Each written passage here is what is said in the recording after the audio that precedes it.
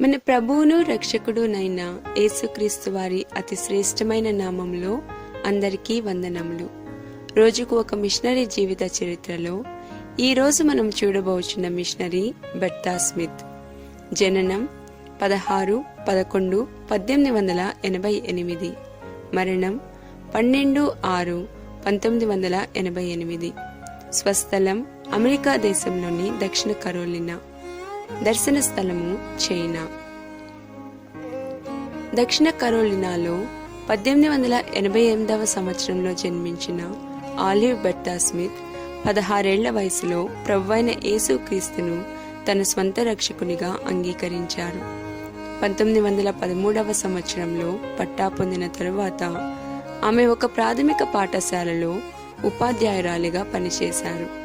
అయితే అతి త్వరలోనే ఆమె మిషనరీ సేవ కొరకైన దేవుని పిలుపును గ్రహించారు.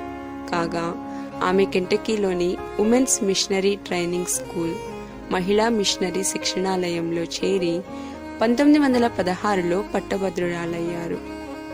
1917 సంవత్సరంలో సదరన్ బాప్టిస్ట్ కన్వెన్షన్ ద్వారా ఆమె చైనాకు మిషనరీగా నియమించబడ్డారు.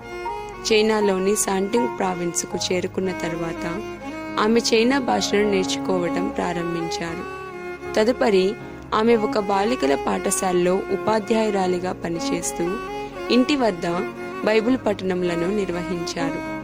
ఆమె చైనాలో ఉన్నప్పుడు అక్కడ శాంటుంగ్ రివైవల్ అనగా శాంటుంగ్ ఉజ్జీవం అని పిలువబడే ఒక గొప్ప క్రైస్తవ ఆత్మీయ ఉజ్జీవాన్ని కన్నులారా చూశారు.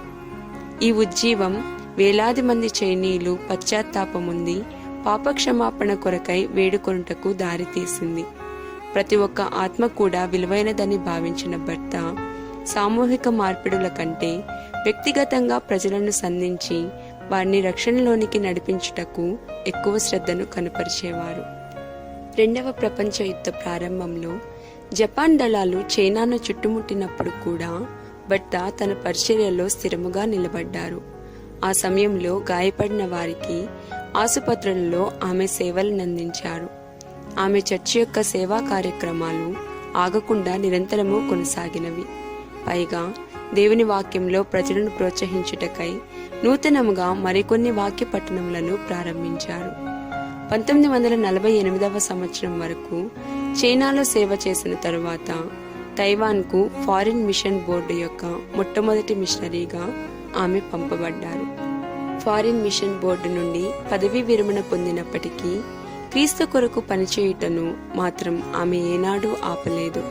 70 ఏళ్ల వయసులో కూడా మిషనరీగా సేవ చేయుటకు ప్రజలను ప్రోత్సహిస్తూ ఆమె అనేక దేశాలకు వెళ్లారు.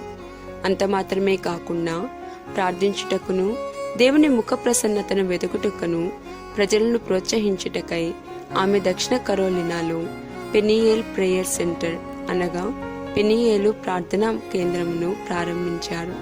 తన జీవితమంతా కూడా వేలాది మందిని క్రీస్తు వైపుకు నడిపిస్తూ మరెంతో మందిని దేవుని సేవ చేయుటకు ప్రోత్సహిస్తూ గడిపిన బెర్తా స్మిత్ దేవుని కొరకు వెలిగే ఒక ప్రకాశవంతమైన నక్షత్రంగా ఈ లోకంలో ప్రజ్వలించారు. ప్రియమైన వారలారా, మీ యొక్క ప్రార్థనా జీవితము మరియు విశ్వాసంతో కూడిన మీ నడవడిక ఇతరులకు ప్రోత్సాహకరముగా ఉన్నాయా?